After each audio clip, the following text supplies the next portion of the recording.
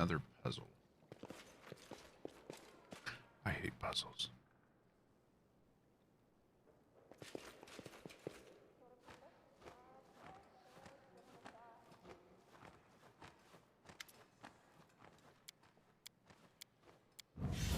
Okay.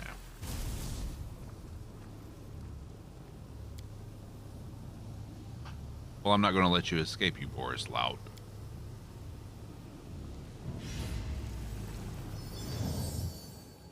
Why doesn't that surprise me? How many times have you switched sides? Do you keep a running list of your betrayals? Let's see if I can sneak around. We are the light. They are the darkness. Okay. So we saved the people.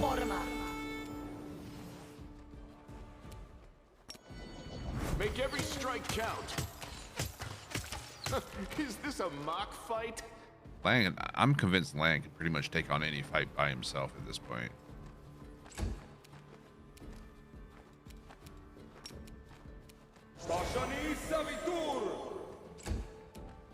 Are you still here? Is that a trap? Bam! Victory is worth the pain.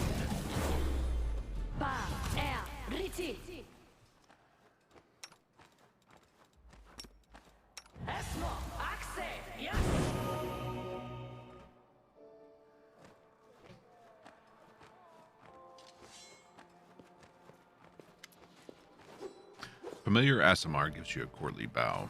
He looks pale and tired, and his golden hair has lost its sheen, but his smile remains as bright as ever. You're here, Drast. Incredible. And how happy I am to see you.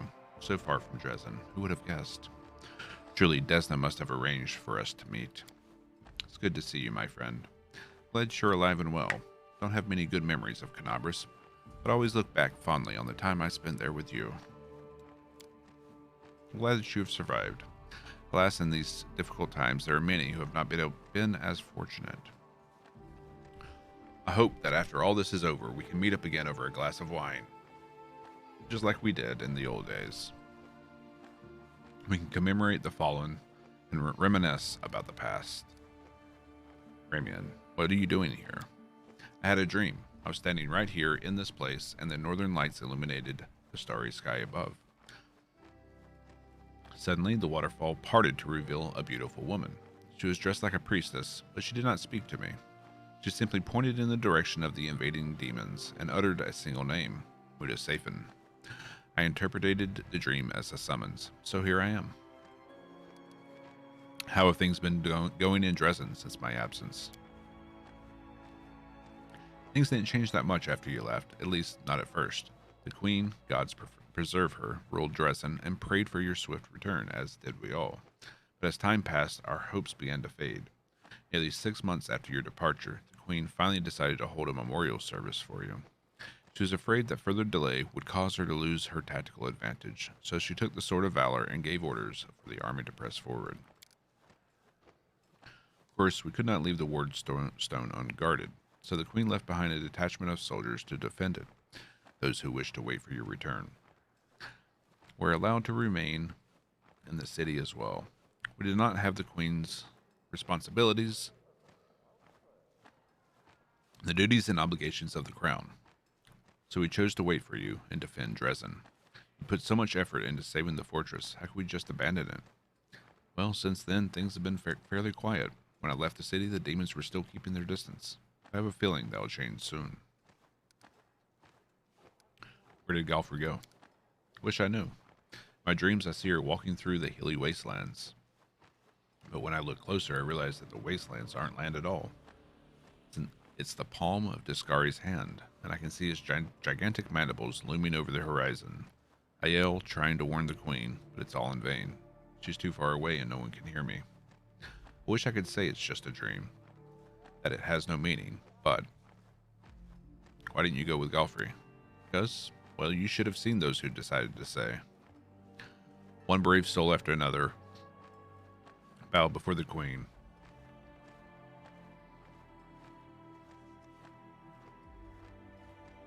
And asked her permission to stay in Dresden and await your return. I decided to join them. I was caught up in the emotion of the moment. I couldn't just leave and let the demons tear apart the fortress you worked so hard to save. Truth be told, I was devastated when I realized we would have to surrender the fortress. I was so close to despair. Then I realized the goddess was teaching me an important lesson. I had allowed myself to be blinded by pride. I thought that we could defend the city without Iomede's blessing and the help of our friends. But I am a priest, and a priest should be humble. I can hope for a miracle, but I should not demand one. When I stopped grieving, the miracle happened. I was sent here. When a mortal entrusts their life to a deity, the deity flips a coin. Heads, the mortal's faith is their salvation. Tails, and the mortal's faith is their ruin. I'm glad you got heads. You're so nice. I'm not sure that now is the best time to argue about gods. But you know what, little one? I've been listening to your teachings. When I first met you, I thought you were saying horrible things. All I heard were words of doom and despair. Yet some people found comfort in them. Your teachings seemed to help them find peace. So, if your, forgive my bluntness, crazy philosophy helps you stay alive and overcome the challenges of life, then I guess that's good. I will never truly understand you, but it doesn't matter. I'm just glad you're alive and well. Okay. Let's see if I can sneak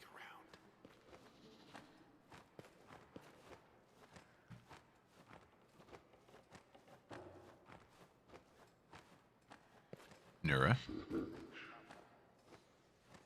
What a great joke. Now I have to go. The demons won't be happy that I betrayed them again.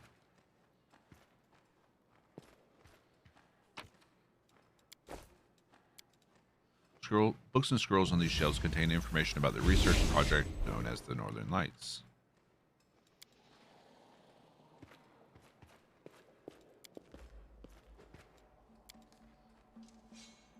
Scientific research of Pelura's stargazers can be found on these shelves. The books and scrolls contain meticulously detailed observations about the movements of the celestial bodies.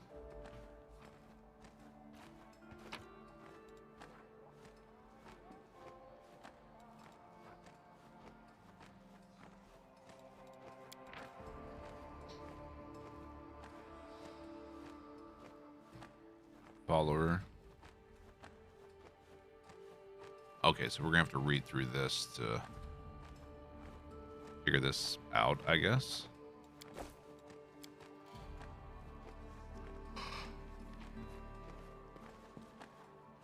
Did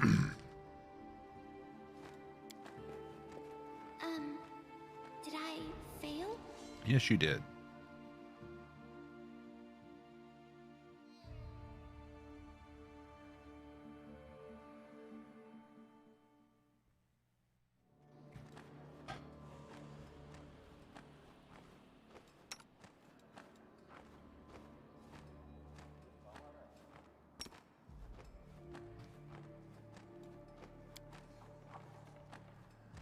Tomes are filled with ephemerides, data about the movement of the celestial bodies. Data seems to have been gathered over centuries.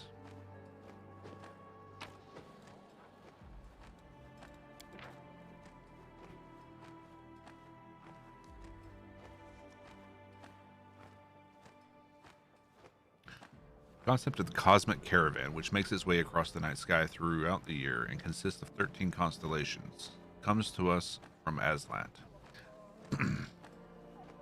The order in which the caravan signs are arranged holds both metaphorical and deeply mystical meaning, in light of which astrologists advise against the use of models, where signs appear out of order, or even reverse order, as in some cases. Okay.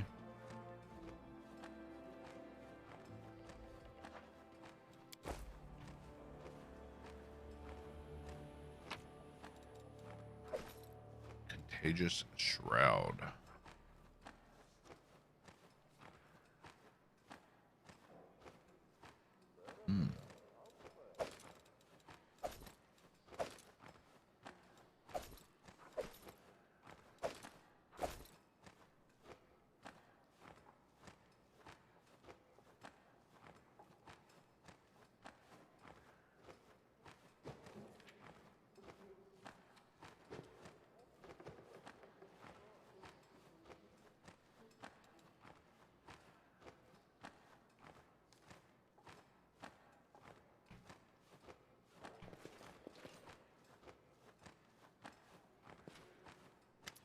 Elandria.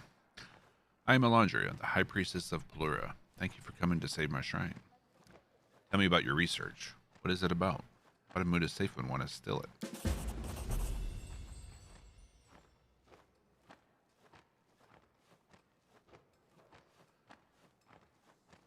That research is our life's work.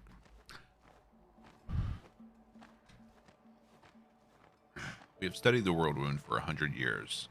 We've been searching for a way to close it, but the demon wanted our research for a different purpose. He aspires to follow Aurilu Vorlash's footsteps. He wants to open a wound of his own. He believed that our research would help him accomplish his goal. Thank you for putting an end to his evil schemes. We've worked so hard over the past 100 years. Could not bear it if our research ended up in the wrong hands. Tell me about this place. This is Pelura's Fall. Once there were real waterfalls here. You could hear the song of the water as it flowed across the stones. But then the world wound came and stole it all away. The servants of the Shimmering Maiden took shelter here when Socorus fell. My lady hid this place from unfriendly eyes and prolonged the lives of everyone inside, so that we could dedicate ourselves to an important mission. We've been studying the world wound since the day it came into existence. So you were alive when the world wound was opened. What do you know about its creation?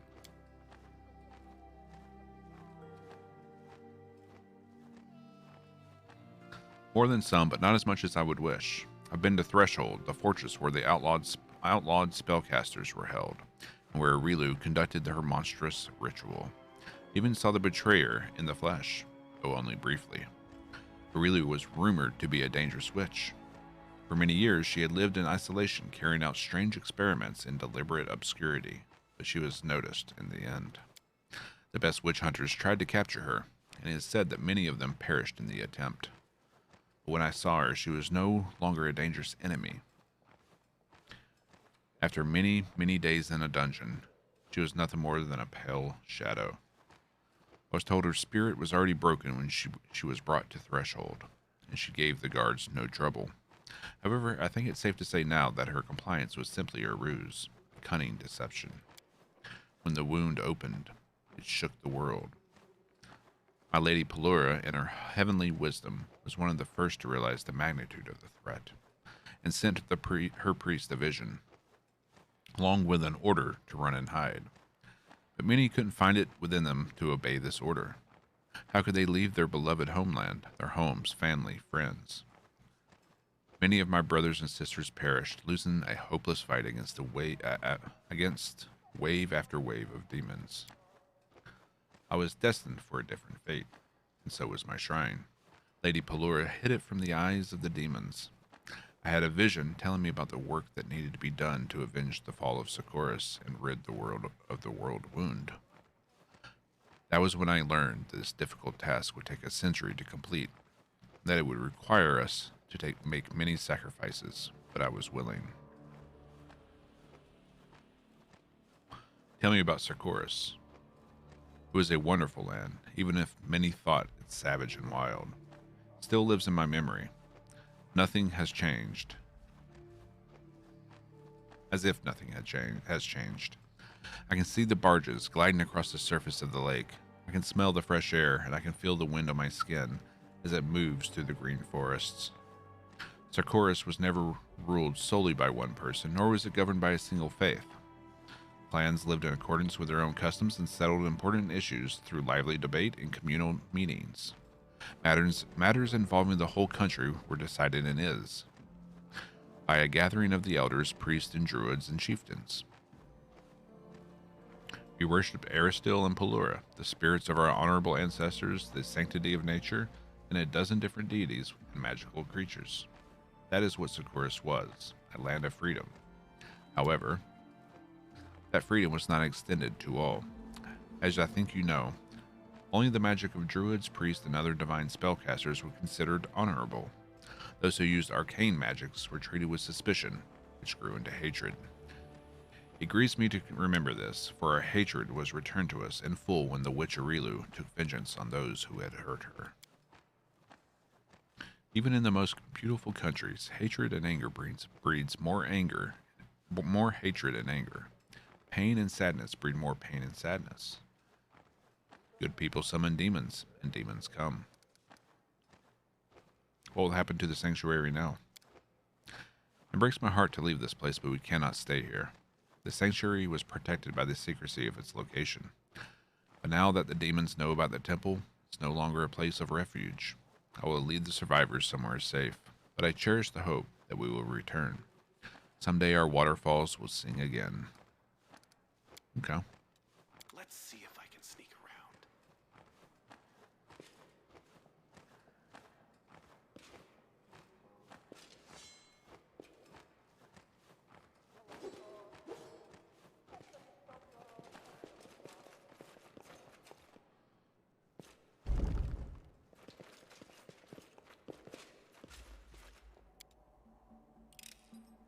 Got this one.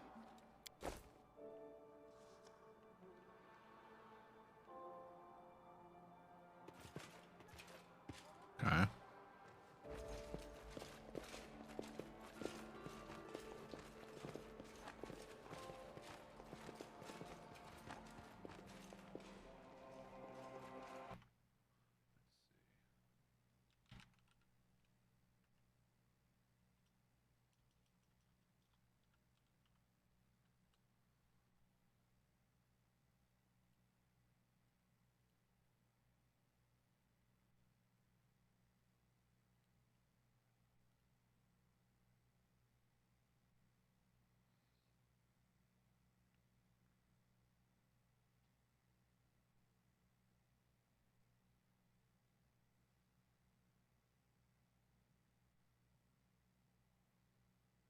Okay.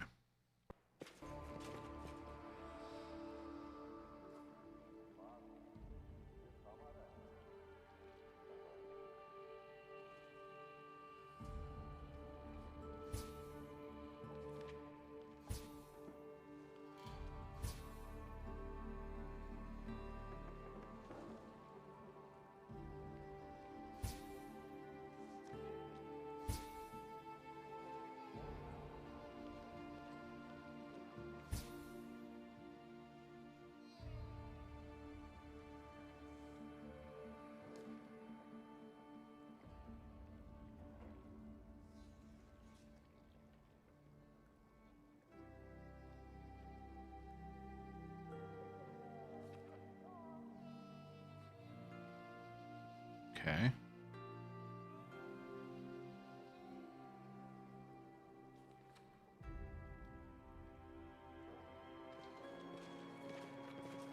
Beautiful.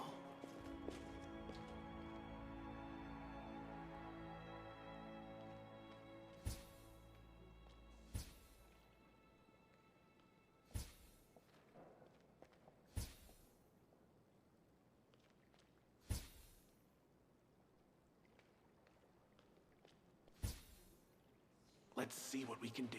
Supposed to open a secret room, but I don't. Or was this it? Yeah, it was.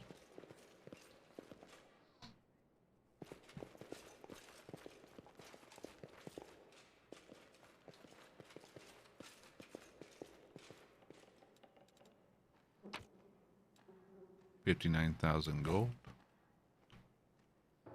Some gems. Bunch of scrolls. +2 intelligence permanent +2.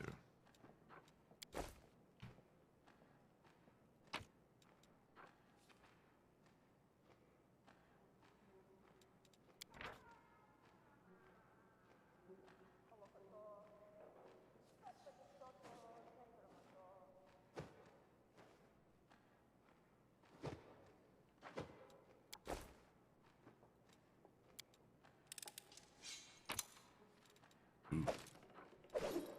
Summit mask. I am the summit.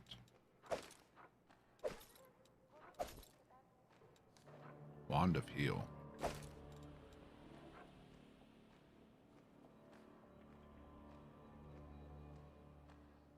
Ooh, neat. Anything hidden? Nope.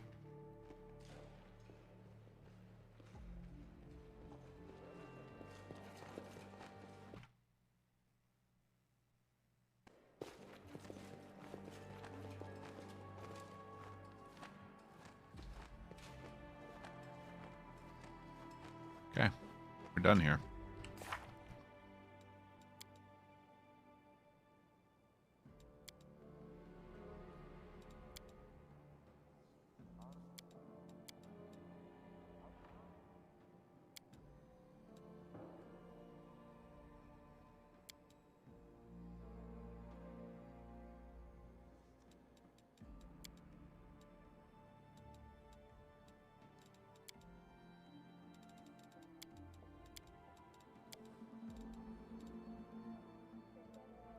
You can't give it to Halir because he's dead.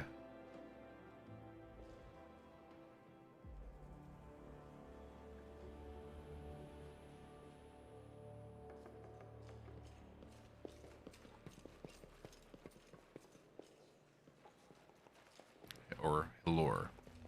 That was his name, Hilor. I didn't notice the dead spider there.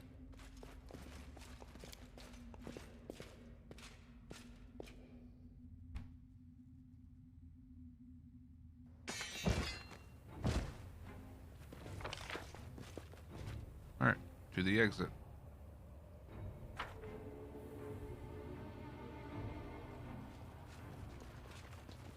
Here we go.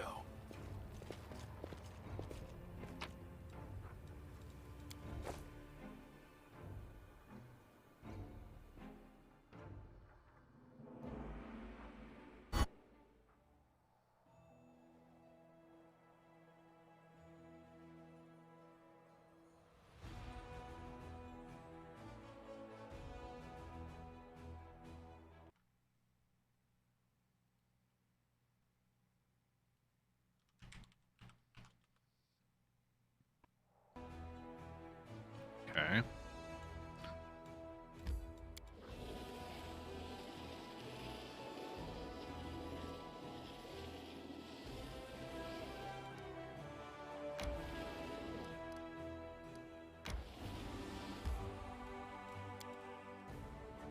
Make sure we're not exhausted or anything like that. Yeah, there's some fatigue there. Alright, we'll rest.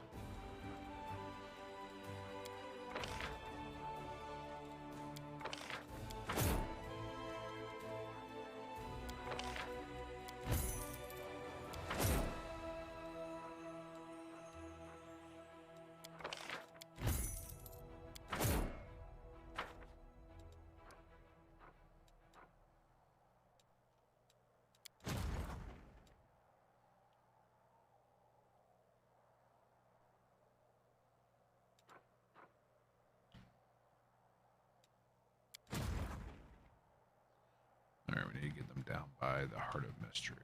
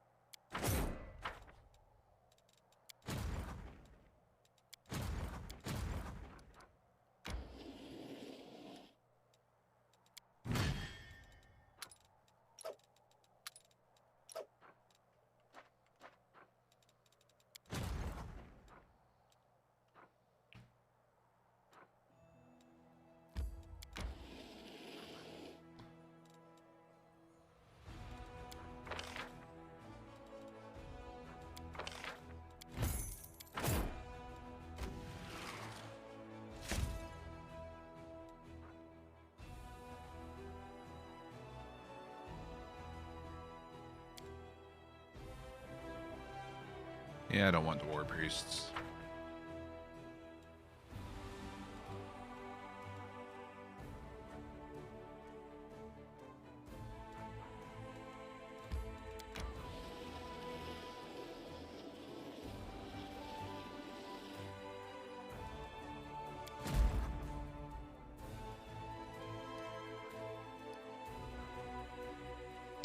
Yeah, that might be a tough one. Let's get back here for reinforcements.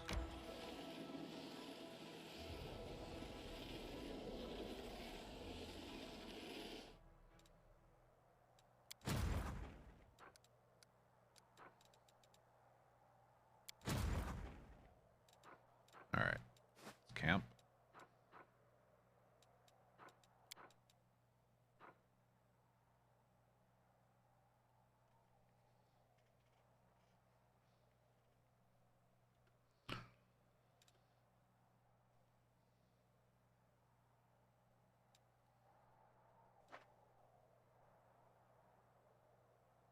Wait. What?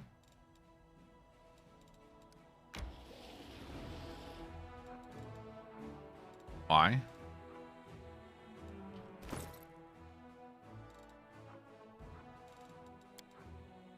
Wow. Okay.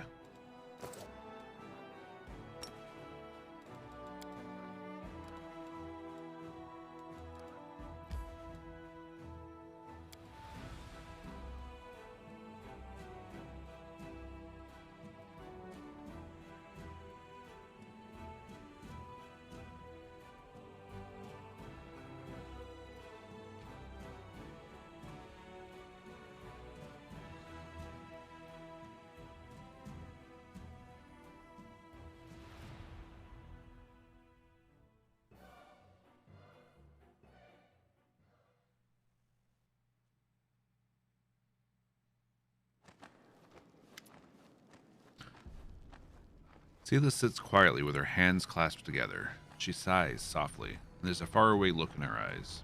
You can see from her troubled expression that something is bothering her. There you are, Drast. I'm just here, waiting. Arsenio is going to reunite the souls and the bodies. Just a little longer, and we can put all of this behind us. How long do we have to wait? Not long. Arsenio is just taking a few precautions. She wants to make sure everything goes smoothly when the souls return to their bodies. She'll call us when everything's ready. What's bothering you? Where do I even start? There's a lot on my mind, but hey, Drast, there's something I have to ask. All these souls will be returned to their bodies soon, and that means that Curl will be free. But if that's confirmed, that he really did work with the cultist, what will you do to him?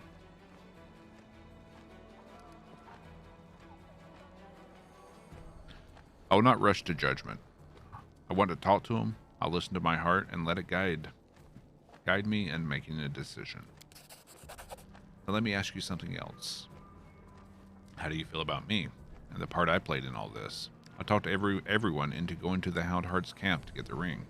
I protected Curl from Elin's blade and saved his life.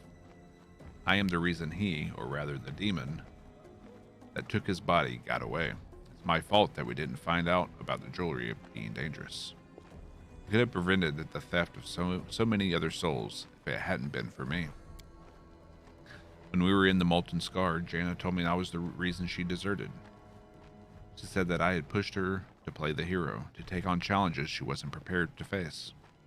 And that's why she fled in panic. Yet in the end, she found the strength to change. She didn't break. She became a better person. To be honest, I've never seen her more proud and confident than when we defeated Sunhammer. I'm just glad I managed to remain friends with Elin. We were able to help him and Kiana, even though they were tangled up in the schemes of those demon-worshipping cultists.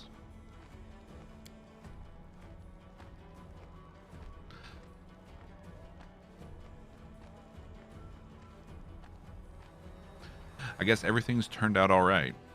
We'll get the souls back and everyone will come back to life, and we'll put all this behind us. When I took my oath as a paladin, I swore to guard the honor of my fellows, have faith in them, and learn the weight of my sword. And I've done those things. So maybe I should stop worrying about what Sunhammer told me before his death. He He was just being spiteful, right? His words were full of poison, not truth. So what is the weight of my sword? Only idiots think they are infallible. I may not be the smartest person in the room, but I hope I have at least some measure of self-awareness. I need to reflect on everything I've done, on what kind of person I've become.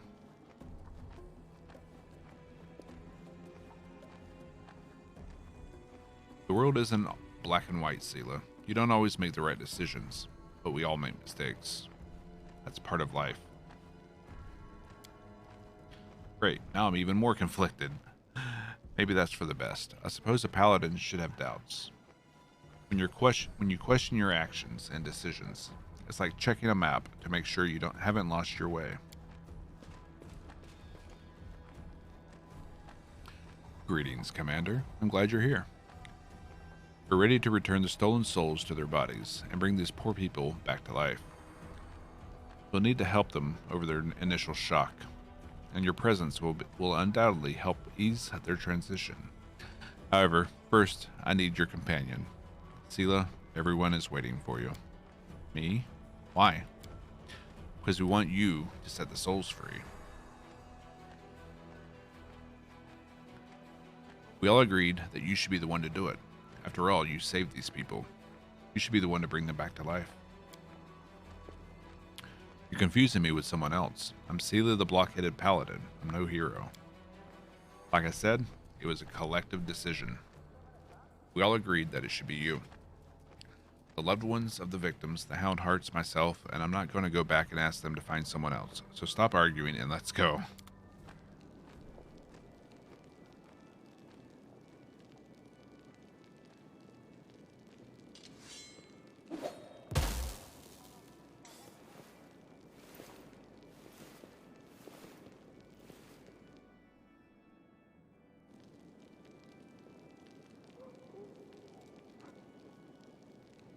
Okay.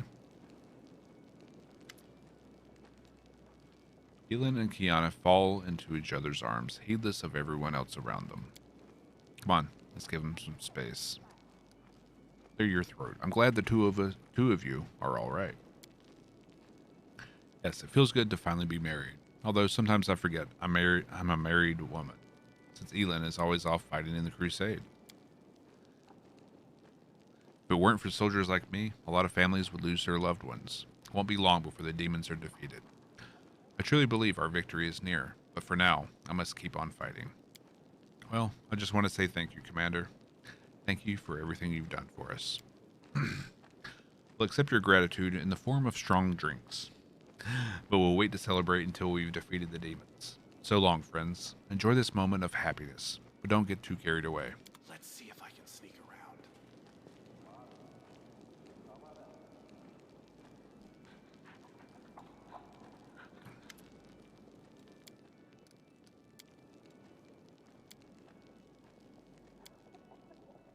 Let's see if I can sneak around. Okay.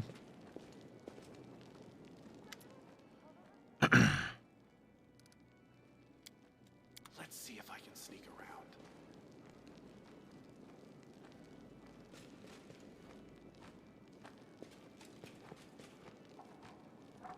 I can handle it.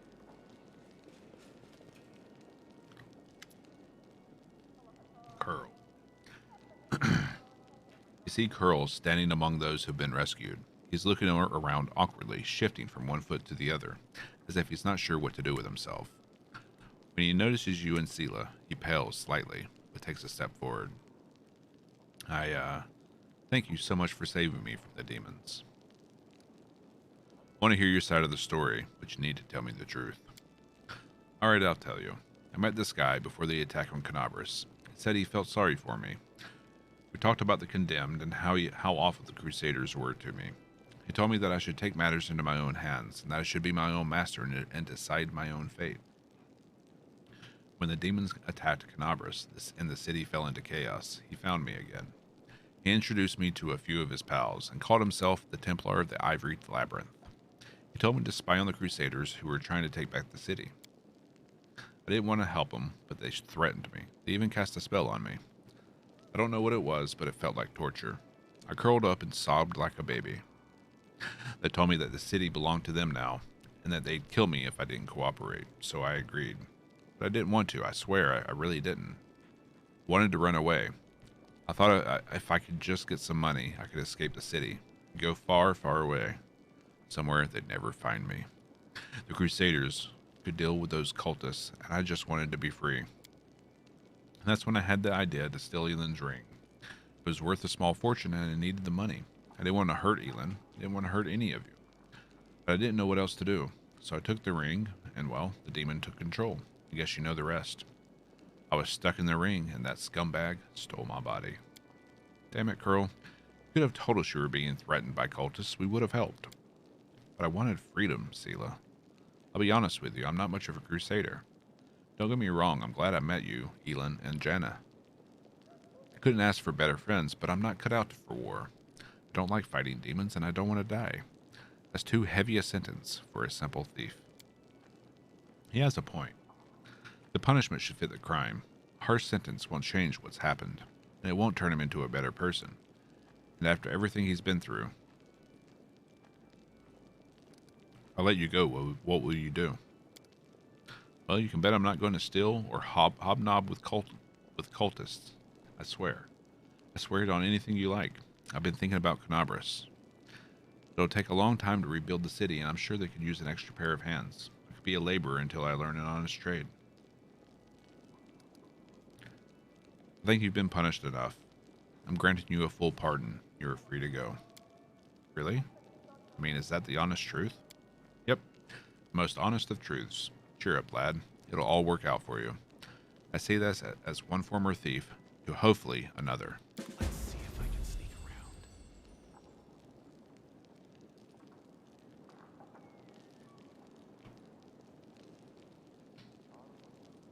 around. Okay.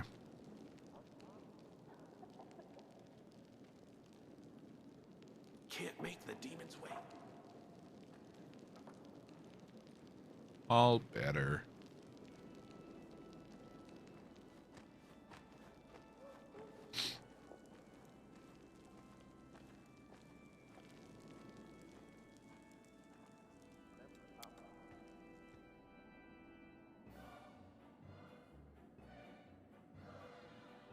All right, that's another quest down.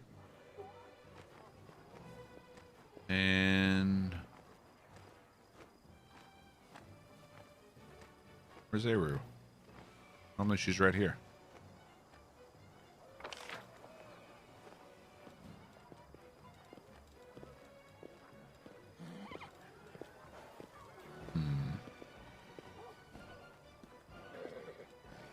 Okay.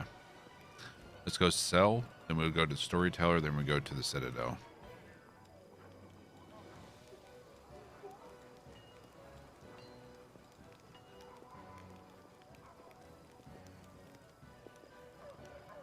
Let's go talk to Ember first, see if she has anything different to say after our little conference with Naticula.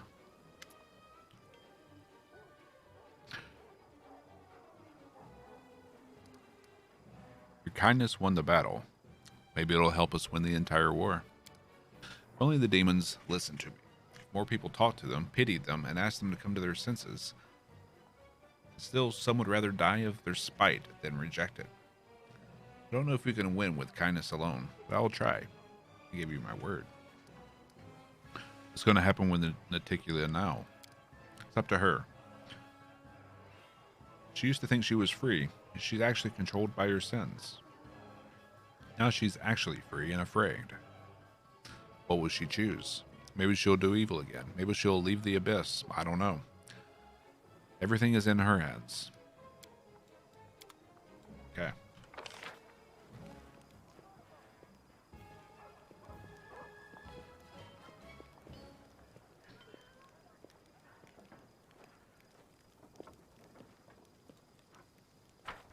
We also need to speak with Darren.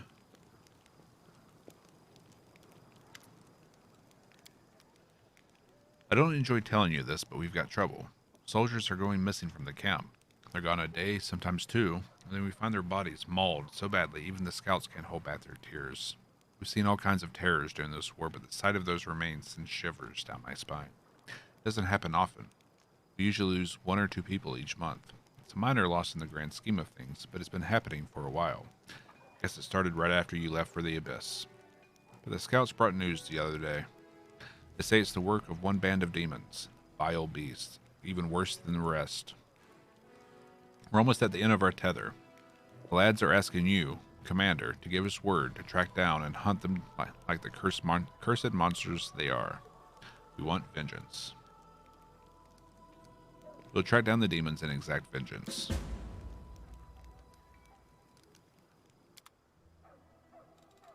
Okay.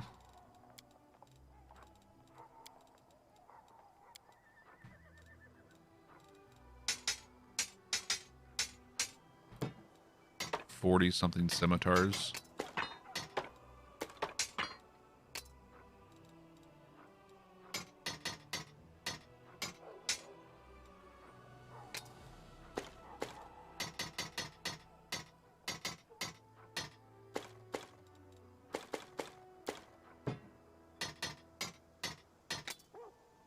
Oops.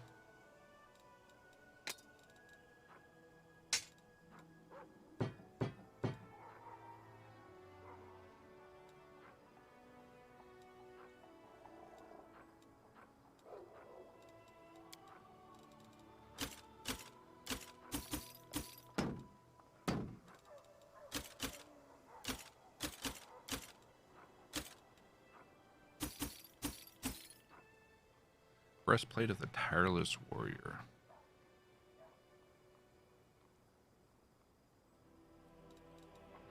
Not bad.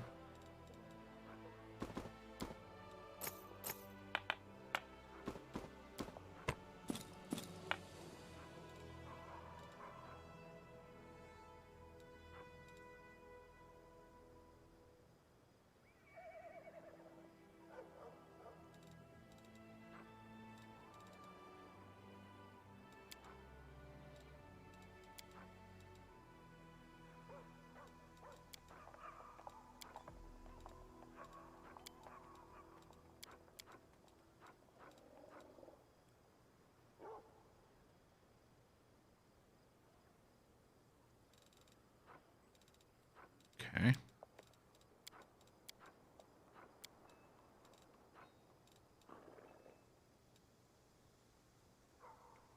Let's see if I can sneak around.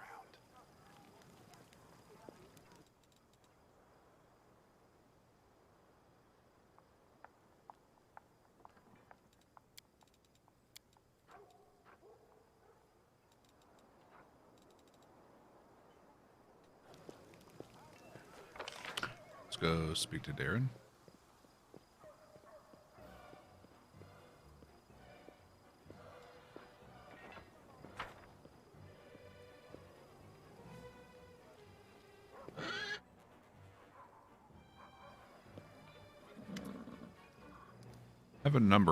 I have a number of new questions for you. Thought so.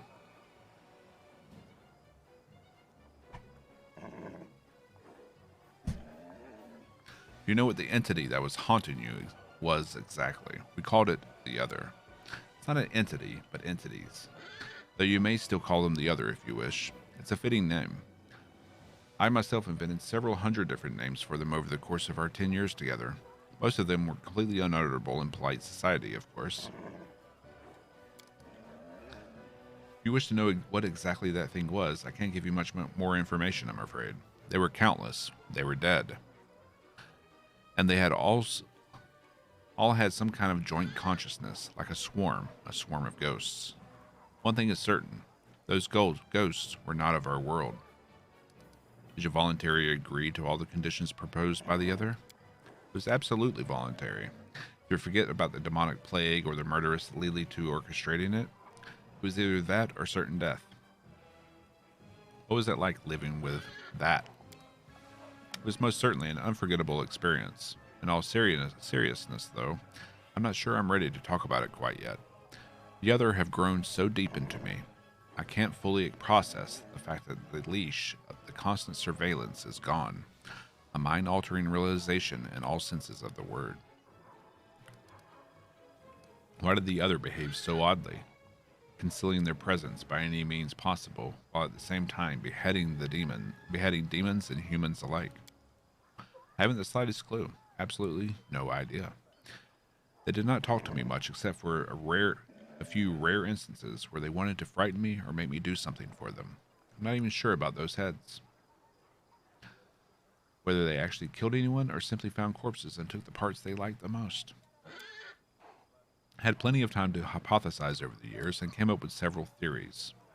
I'm not sure if any of them are true, but I think the other were not hiding us from us mortals. They looked more like they were afraid of gods and other powerful entities. You can't roam around this world without stumbling upon a cleric or a cultist, and those fellows more than happy to pass news on to their patrons. This might be the only reason for the other not to reveal themselves around mortals, although nobody was truly able to threaten their existence until he met the mythical commander of the Fifth Crusade. Why didn't the other come out to defend you before? After all, you found yourself in danger on multiple occasions on your travels with me. That's certainly true.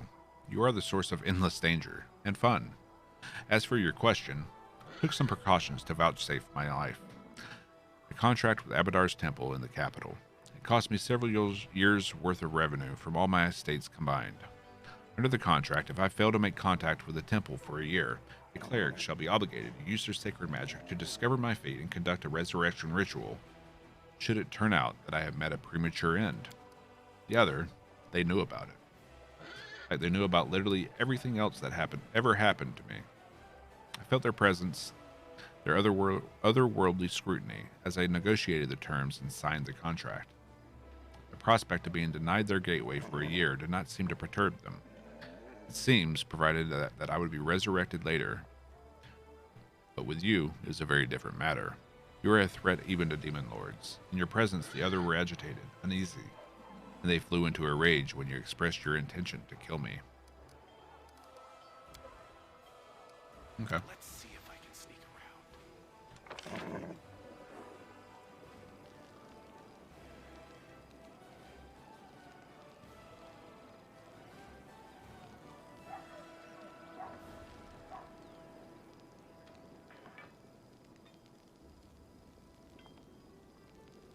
Maybe Beru will be inside the citadel, waiting for me.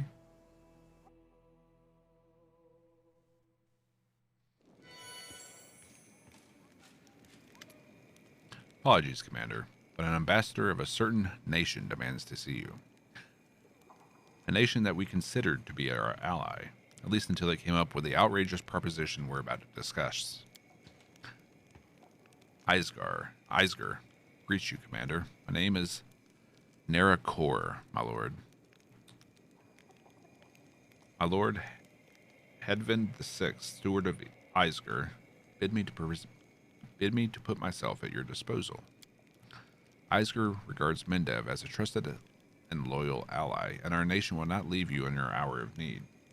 The war has brought chaos and anarchy in the lands of Mendev, and we stand ready to come to your aid. The Asgari Expeditionary Corps is ready to assume control of Nerosian and the larger Mendevian cities to restore order and a central authority. But to avoid a diplomatic misunderstanding, we ask that you accept our help and allow us to cross Mendev's borders. Mendev is quite capable of dealing with its issues without external help. Commander, I must ask you to send your own forces to the capital.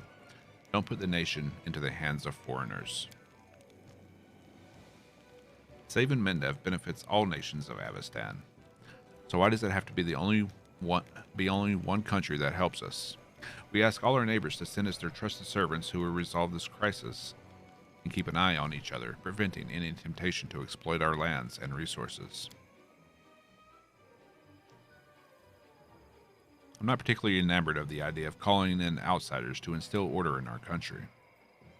Before I know it, I'll no longer be a count, and some disagreeable foreigner will be living in my estate. I imagine other nobles will relate to these concerns. So why don't we ask them for help? Whatever coat of arms is on the banners of the people who bring order, it's all the same to me. If they can take care of the people, let them come and help. Patriots should have thought about that back when their country wasn't plummeting into oblivion. These sneaky weasels thought they could get their mitts on our turf while we were out fighting in this dump. Like hell they will. Once we're done with the war, we'll scam Mendev ourselves. Thank you very much. And if these unwelcome helpers show their faces, you just say the word, Chief, and the people will give them the pitchfork. Common folk love Eisger about as much as I love donating to charity. Let's hear from the ambassador.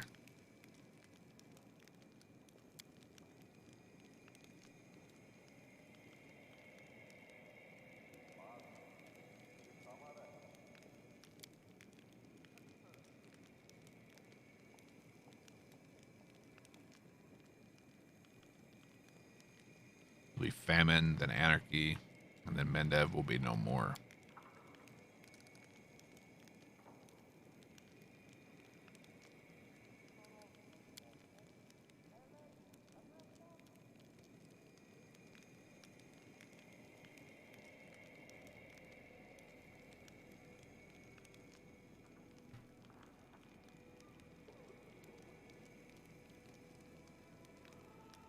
Mendev must endure, for the good of all of us who are united in our adherence to order.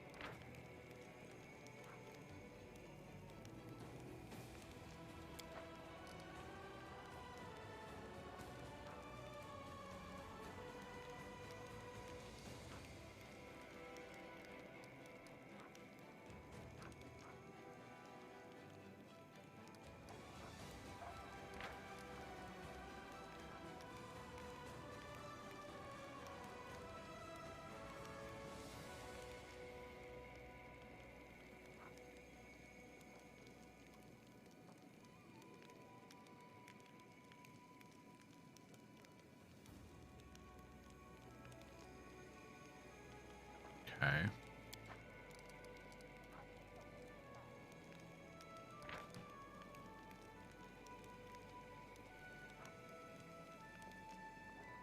Deviant Cavaliers.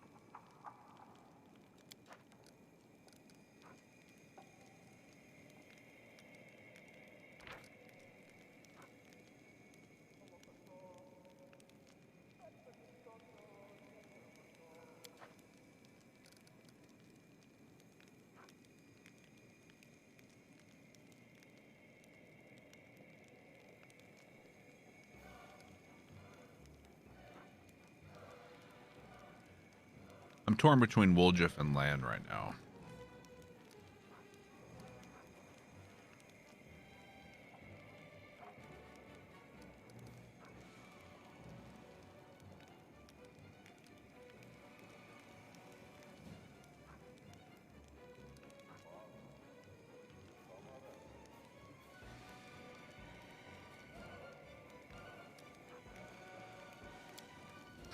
Damn straight. Eisger's got nothing on us if we already wiped the floor with the demons. Well, we almost have. Mendevian nobles may be a lot of things, but when they feel the heat, they can be real scary. We will know soon whether or not this decision was prudent. Will Mendev survive the crisis, or is it doomed to fall? Once the outcome becomes apparent, I'll report to you immediately. Let's see if I can sneak around. Well, I'll be. You really did come back from the abyss itself. Commander, you amaze me. But if you're doing miracles now, maybe you can pull our logistics out of the abyss while you're at it. Because in your absence, that's exactly where it's gone, all the way to the bottom. We have a shortage of quite literally everything. Don't take this as sedition, your commander, but I'll give it to you straight. Right now, there's no way of acquiring anything legally. Her Majesty squeezed all she could out of Mendev to march on Iz, and we've been left with a bunch of measly crumbs. Fortunately, I still have some of my old connections in Mendev. The nation has been in chaos for the last few months. Without the Queen watching over them, everyone's taking anything that's not nailed down. But I know how to make sure we get something out of all this madness. Just a bit, here and there. This is it. This is my time to shine. I've got a clever little scheme. I've been cooking it up for a long time, and now I'm going to finally put it into action. But we'll hit it big. Just give me the go-ahead. Has everyone in Mendev truly turned to stealing? Just can't believe it. But if we have no choice, you know, war has claimed many lives. Deserted villages, abandoned houses, matters of noble lineages that have been cut short. If they don't belong to anyone now, maybe we could take them. I don't like this. I get it, this isn't the time to be squeamish, but joining in the plundering of Mendev, that's too low. We can't avoid it. Sell our own spoils on the black market instead of stealing. And that's a fair argument.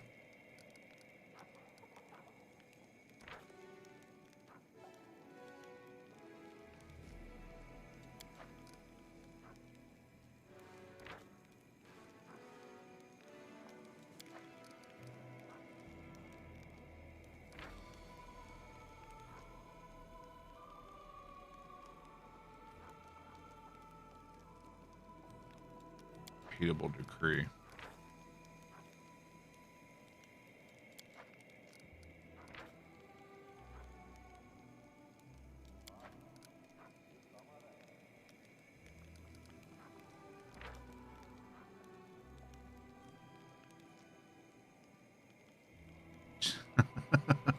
Who in their right mind would do that?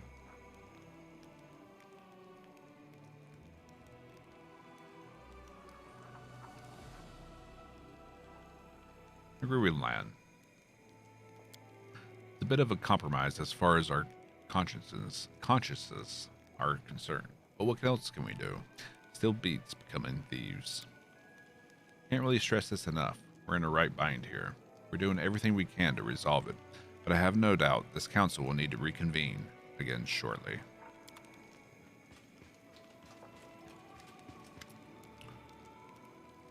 I finally bring you good news for a change. Now that you've put an end to the wary, barely anyone questions your right to lead the crusade. Nerosian now has a circle of influential people who are sympathetic to our efforts and see you as the foremost protector of Galarian. They would like to help our army in any way you want. What should we ask of them? I think we should ask for something we're always lacking. Money and other forms of material support. Have them send us holy relics. Those that are gathering dust in their possessions, like in some kind of museum. Make them procure for us the most valuable of resources, knowledge. And you manuscripts on warfare, treaties on arms and armor improvements, intelligence on demons and their weaknesses. Make them use their money and influence to gather these types of writings from all across Galarian. So we can ask for anything. Make them send us reinforcements, but not another bunch of commoners, their very own overgrown, infantile offspring.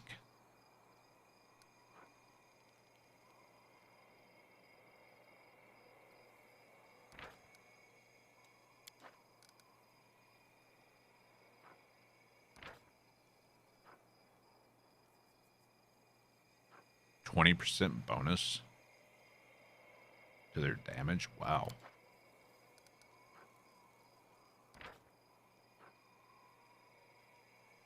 Ranged and infantry units, 15% damage.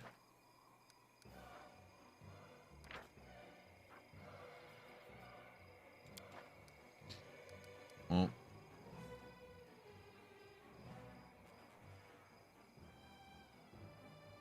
We'll go with Regil. Tell him to send their knowledge of warfare.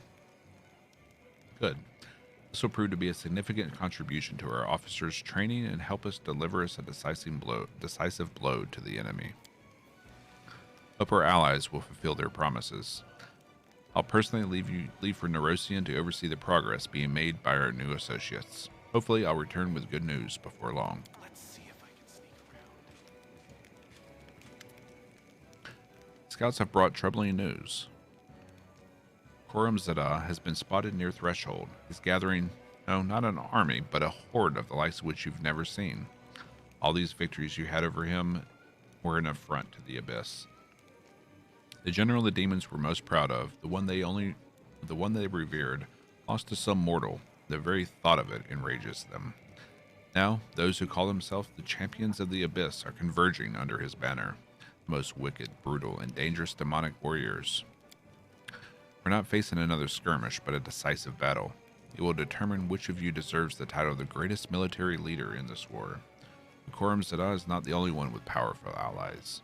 Your victories have elevated your authority to such heights that the best warriors of Galarian would consider it an honor to stand beside you in this battle. Why don't we send an official offer of military cooperation to Multhune?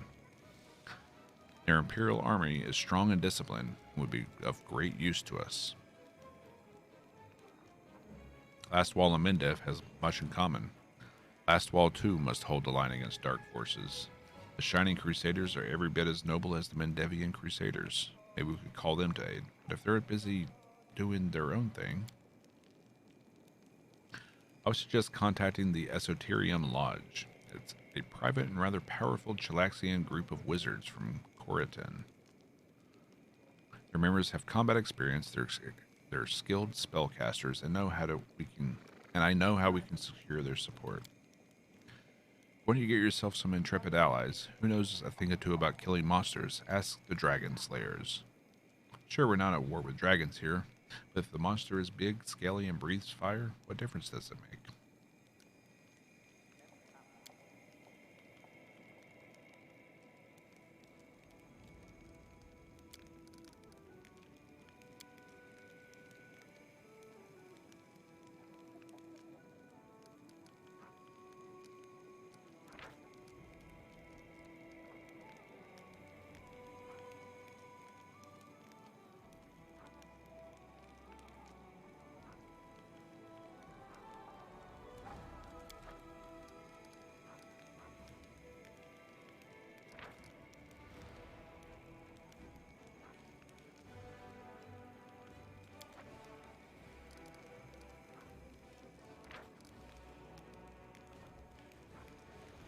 Wow. Yep. I think we're going Dragon Slayers.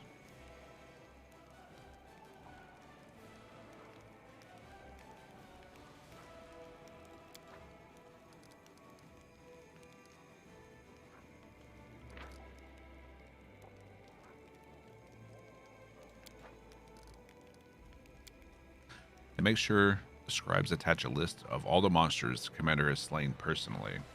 Dragon Slayers are always hungry for glory. They'll jump at the chance to fight shoulder to shoulder with such a famous and deadly figure. Well, we could certainly use new allies. The most gruesome battle in the history of the Crusades awaits us. Either we'll prevail over Koram Zada and the Abyss itself, or we will fall defending Galarian to the last. I have a request, though this isn't the time to make it. When you have a spare minute, please come and find me.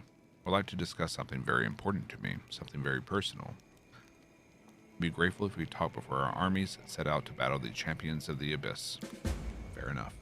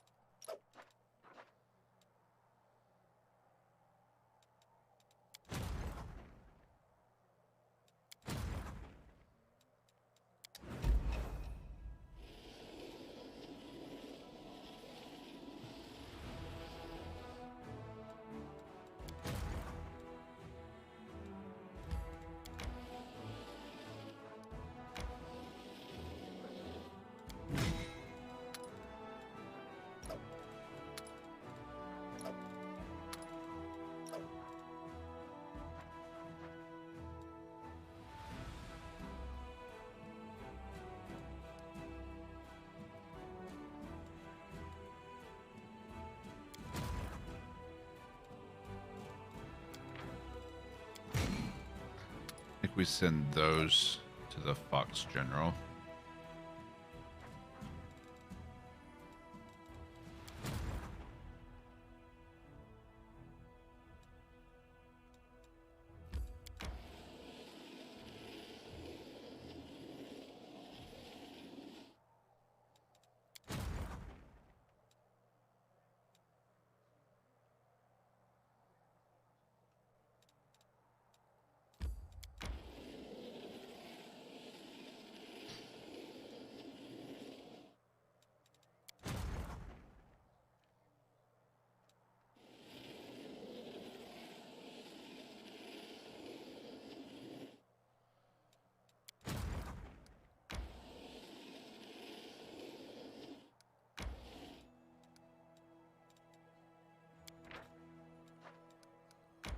There we go.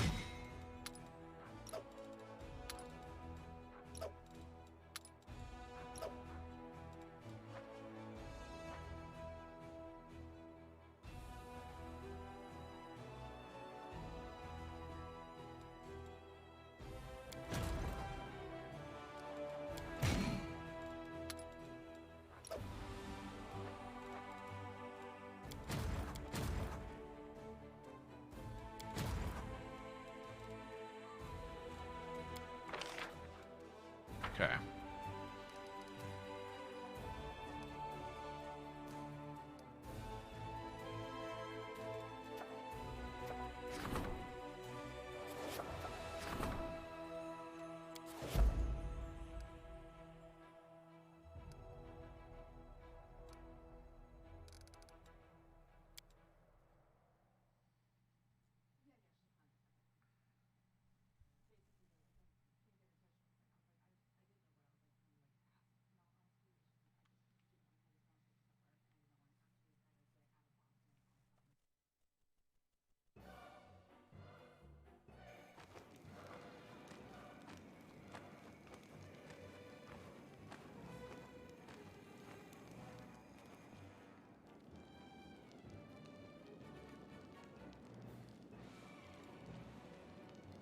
All right, let's rest to clear any corruption we might have.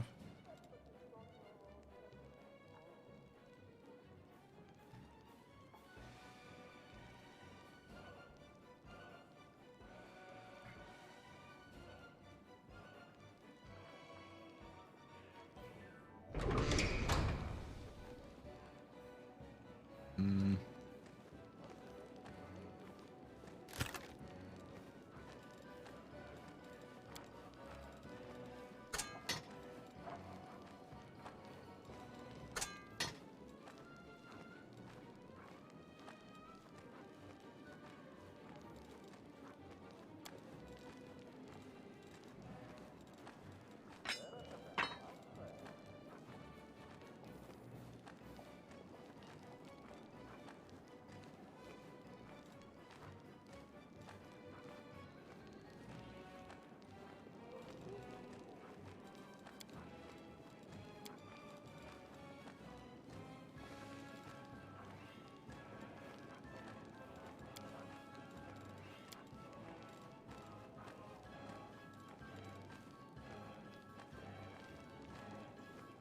So many items.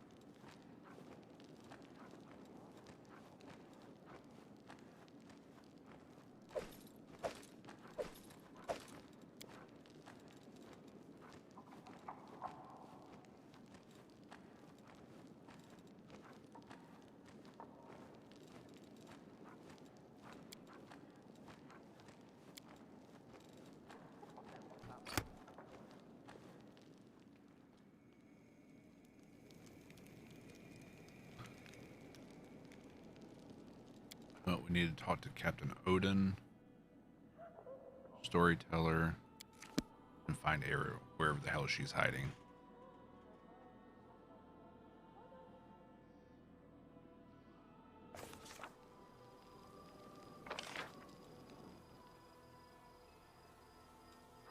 Oh, Captain Odin's right there.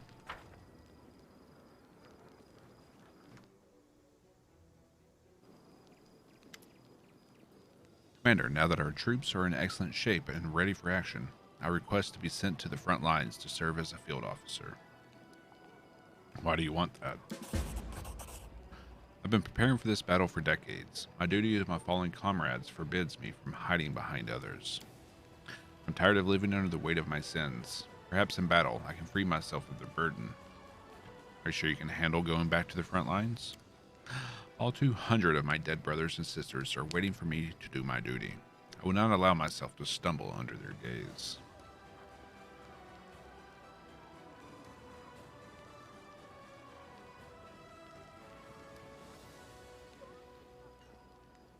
Okay, we got a new general.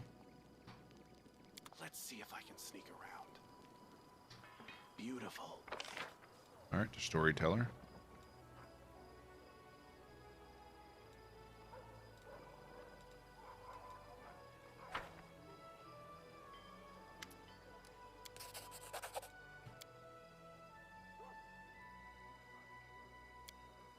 The purple flame covers my eyes. Cannot turn away. It follows my gaze. Cannot close my eyes. It will follow there too. The heart of the tower burned out of my sight, and I'm not sure I'll ever be able to see my dear Galarian again. Wounded, groaning from the consequences of Earthfall. No less loved because of that. Exhausted, I sit down on the cold floor of the laboratory. All my work was in vain. I wasted my entire long elven life looking for something that turned out to be useless. I didn't understand what really mattered to me. Galarian, such as it was before Earthfall, does not exist anymore. But there is another, new Galarian, a young one that is surviving, fighting for its life. By connecting it with another plane, I would have destroyed the new Galarian, making it an extension of the other plane. Instead of trying to save old Galarian, I should have helped the new one. I was supposed to preserve the memory of old Galarian, to gather the knowledge and heritage of the lost civilizations, and give them to the world when it needed them. For at some point, it will rise from the ashes without any help. I believe this now, and deep down I always have. So that's how you lost your sight. Looks like it. I still see only this purple flame. After so many years, it's become quite dear to me. You almost opened the world wound. You're right. It would have been a terrible crime against Galarian, a murder. At the time, it was much weaker than it is now. I wouldn't have been able to resist the demonic invasion. Luckily, I was wise enough to stop before it was too late. Please continue. Rise, elf. This is not the end. The masterful voice seems to ring in my head. The silhouette of an angel appears in the flame. Purple flames are reflected in her gleaming steel armor. She has no face, just two fiery eyes burning deep into the steel hood. Rise, elf. Rise and bow to the will of Pharasma. Rejoice, Lady Elf. Rejoice, Elf, for the Lady of Graves has deemed you worthy. You pursued your goal despite the opinions of those around you and even fate itself. But you managed to stay your hand once you realized your mistake. You saved Galarian from yourself. For this, the Lady of Graves wants to give you a gift. You will become her usher, an immortal psychopomp. You will take a place at my lady's side and become the keeper of history, not just for Galarian, but for all the planes. In return, Pharasma requires one thing. Tear up your bark-covered notebook. Let the knowledge you obtain remain a secret for many generations of Galarians after you. Pharasma herself sent her herald to me. For the first time in my life, I, the last Archmage of Kaonan, who proudly looked in the eyes of demon lords, felt unsure. My hand feels for the notebook on the floor. My fingers run over the tree bark cover lovingly. I don't need eyes to recognize it. I know all its cracks and bumps. It's like my child. The only meaning of my meaningless life. I don't want to destroy it. I cannot find it in me to obey the order of the Lady of Graves. You refused Pharasma herself? I did a stupid thing, didn't I? I, the last Archmage of Kaonin, was just a fool who had lost his purpose in life and then dared to disobey a goddess. If I were her, I would have ordered the Herald to destroy the deranged old man. Tell me about the Herald.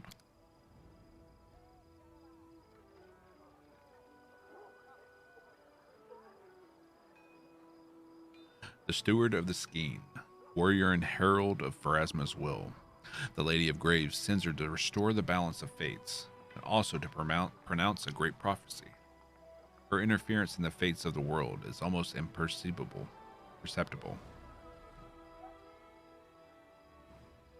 Only a few remember meeting her. Don't eternal life and serving Pharasma merit the destruction of such dangerous knowledge? My mind wants to say yes. I should have destroyed my dangerous notes. That could have ruined Galarian. But my heart says the opposite. For this knowledge is also part of old Galarian's heritage. I, a child of that lost world, created it in my reckless pride. I wanted to preserve all of Galarian's heritage. Do I have the right to choose which part of its heritage should be wiped out of history? I'm ready to undergo any punishment for my refusal, but the Steward of the Skeen only looks at me quietly, as if pondering something. The knowledge in your hands must not see the light. This is beyond question, but my lady is merciful and has agreed to make concessions. You will tear the pages out of your notebook, and along with it, out of your memory. You will scatter their pages throughout the world, and your memory will be purged. You will be immortal, but pure, like a newborn babe. Use your new life to keep the memory of the fallen. Seek the truth about your own past. As soon as you remember this moment, you will lose your immortality. You'll have to answer my question again. Will you choose to become a servant of Our Lady, or will you prefer to live out the short time you have left? Wow. I find no strength to answer and only nod. The steward raises her hand, and we both find ourselves in a whirlwind. I see nothing but the purple flame and the glowing image of the herald, but the rest of my senses tell me we're rushing through many places. I hear seagulls crying and the smell of salty ocean air, followed by the rumble of a raging volcano. The bracing wind of the plains changes to the dry heat of a desert, and then the blistering cold of a snowy mountain top. In each of these places, I tear out a page and give it to the wind. It grabs the new toy from my hands and takes it far away to hide from me for many years. With every torn page, I start to forget. What did I do in the Ivory Labyrinth? Why did I live in Alishanera? And indeed, did I ever live there? The name Kinney seems vaguely familiar, but I don't remember why it should mean something to me. Maybe it was my own name. Exhausted, I fall down on the withered grass. I remember this is how the woods of my home, Kaonin, used to smell. My mind drowns in the darkness. I don't see the steward any longer, but I hear her voice. Look for your past, elf, and gather the stories of Galarian, for this is your calling. I name you the storyteller. When you remember this moment, destroy the dangerous knowledge that has once again fallen into your hands, and Pharasma will see you in her halls.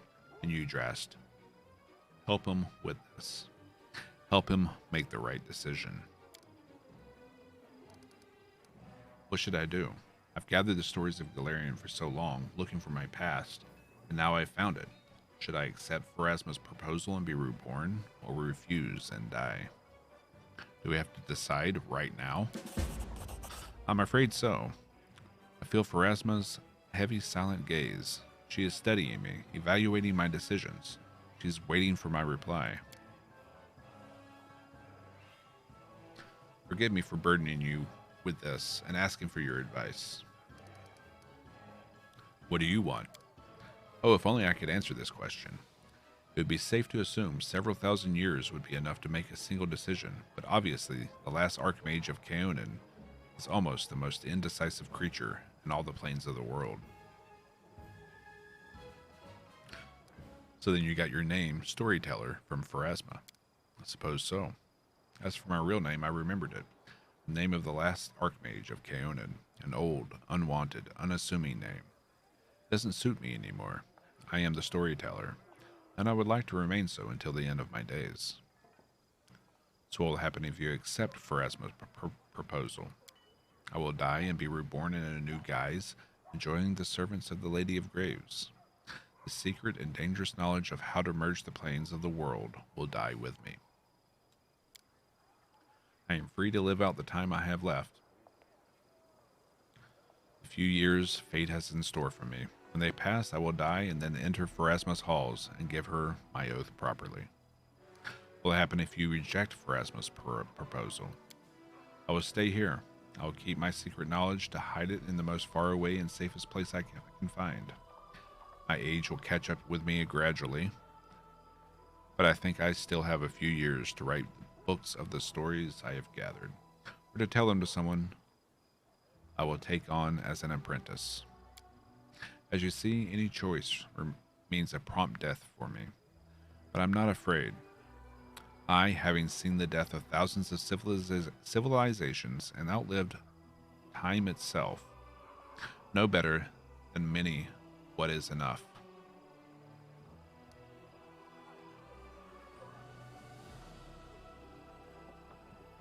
Knowledge must be preserved, not destroyed. It can't be inherently dangerous. That is untrue.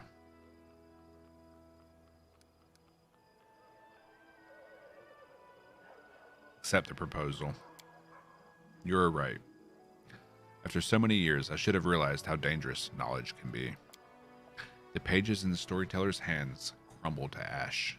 The elf raises his hands to his face as if trying to see the knowledge turn to dust. But then he chuckles, shakes the ash off. Well, that's it. Now everything is over. I know my story, the one I yearned to know all these years, and that I had once hidden from myself. And this is all because of you. Thank you. You've given me the greatest possible gift, myself. No reward can measure up to your merits, but still, please accept from me a grain of the knowledge you have helped me to discover. Hey lady, how you doing? Tell me about Pharasma's gift. The purple flame covers my eyes. Cannot turn away. It follows my gaze. Cannot close my... Oh, we've already seen this. It's just a repeat of what we just read.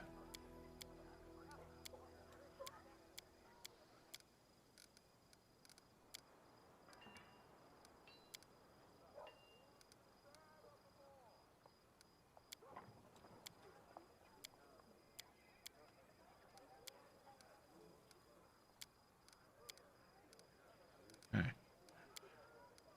So that's it. Let's see if I can sneak around. Interesting.